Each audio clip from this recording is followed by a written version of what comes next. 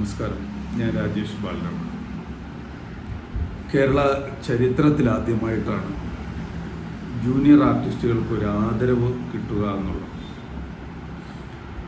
നമ്മുടെ സിനിമാ മേഖല നോക്കിക്കഴിഞ്ഞാൽ സിനിമാ മേഖലയിലുള്ള ഏകദേശം വിഭാഗങ്ങൾക്കും പ്രമുഖ ആർട്ടിസ്റ്റുകൾ മുതൽ താഴോട്ടുള്ള ഏകദേശം വിഭാഗങ്ങൾക്കും അവാർഡ് ഫംഗ്ഷനിൽ കൂടിയായാലും അല്ലാതെ ആയാലും പല മേഖലകളിലും അവർക്ക് ആദരവ് കിട്ടുന്നു.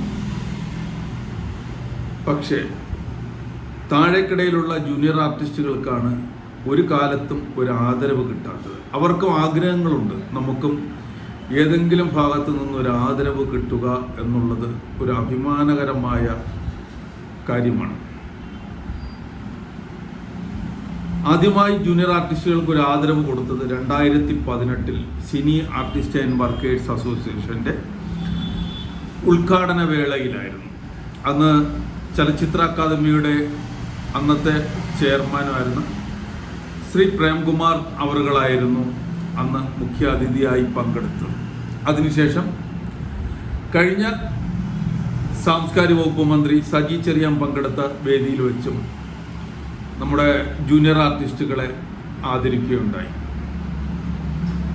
ഇതുവരെയും ആദരവുകൾ ഒന്നും കിട്ടാത്ത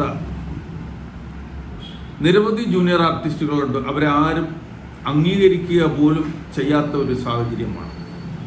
ഈ സാഹചര്യത്തിലാണ് ആഗസ്റ്റ് മാസം 1-ാം തീയതി കേരളത്തിലെ 14 ജില്ലകളിൽ നിന്നുമായി തിരഞ്ഞെടുത്ത 50ഓളം ജൂനിയർ ആർട്ടിസ്റ്റുകളെ തിരുവനന്തപുരം പ്രസ് ക്ലബ്ബിൽ വെച്ച് ആദരിക്കുകയാണ്.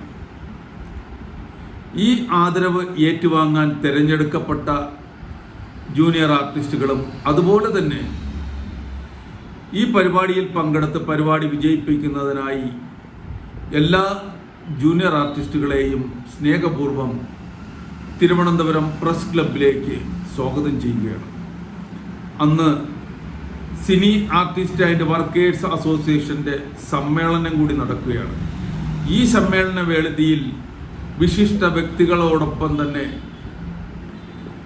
നിങ്ങളെയും സ്നേഹപൂർവ്വം സ്വാഗതം ചെയ്യുന്നു. എല്ലാവരും തീർച്ചയായും ഈ വേദിയിൽ പങ്കെടുക്കണം. ഈ സമ്മേളനത്തിൽ പങ്കെടുത്ത് ജൂനിയർ ആർട്ടിസ്റ്റുകളുടെ ശക്തി എന്താണെന്ന് എല്ലാവരെയും ബോധ്യപ്പെടുത്തുന്ന രീതിയിലേക്ക് വരണം. അതിനായി നിങ്ങളെല്ലാവരെയും സ്നേഹപൂർവ്വം സ്വാഗതം ചെയ്യുന്നു. നന്ദി, നമസ്കാരം.